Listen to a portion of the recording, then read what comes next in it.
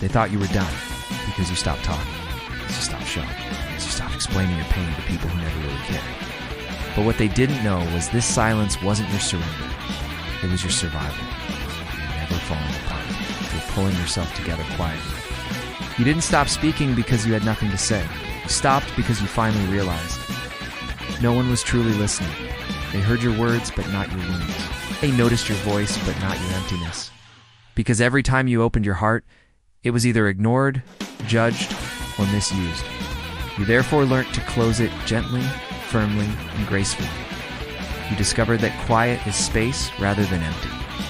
Space to heal, space to breathe, space to become.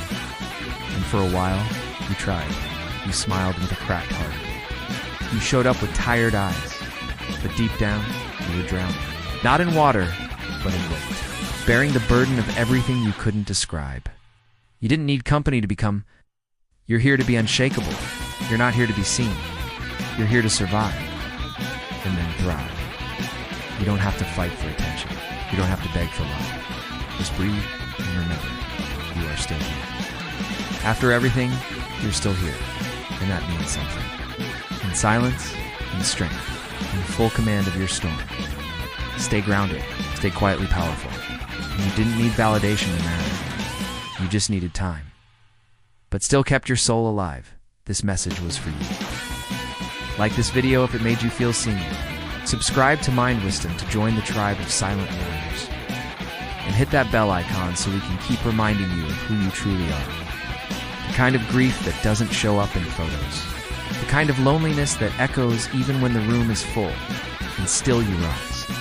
Not loud, not bitter, but wiser, stronger, quieter. You are healing in a way the world was never designed to understand, alone, to sit with the darkness, to listen to your own soul, and to finally understand you were always enough. If you've healed in the dark, then you are one of us. Like this video if your silence has ever been mistaken for weakness. And subscribe to MindWisdom for more stories that speak where words often fail. So you chose silence not because you were weak, but because you were wise. When the world asked you to be strong, they meant smile when you're suffering. They meant act fine while you're breaking. You stopped sharing your pain with people who were only curious about your cracks. You don't have to be understood to be unstoppable. That's power, and not everyone will understand it.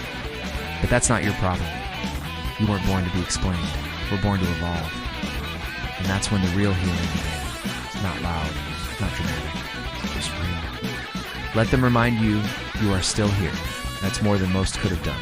Found the courage to cry when no one comforted. You found the fire to rise. No one believed you still could.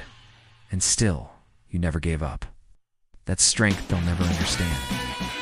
You weren't running away from the world, you were walking toward your truth. And in that quiet walk, you discovered something fierce inside of you. You stopped trying to be understood. You chose solitude, not because you hated people, but because you needed to find yourself without their noise. You found the strength to stand when no one clapped. You were not broken, you were buried. And now, you're rising. They saw your silence and assumed you were lost. But you were building, reconstructing the parts of you they tried to dismantle. You didn't need applause to grow, so let them say what they want.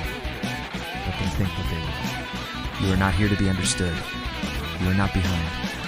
You are not late. You are not failing. If this speaks to you, pause.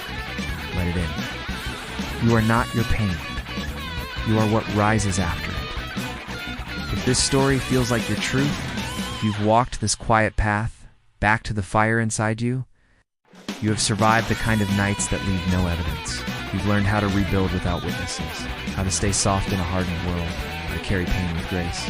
Your scars aren't signs of weakness. They are signatures of survival. Let them show. Let them speak. No one sees what it took for you to be alive today. But I do.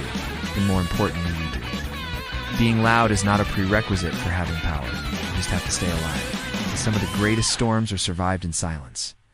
And you, my friend, are living proof. If you've ever been silenced by the world,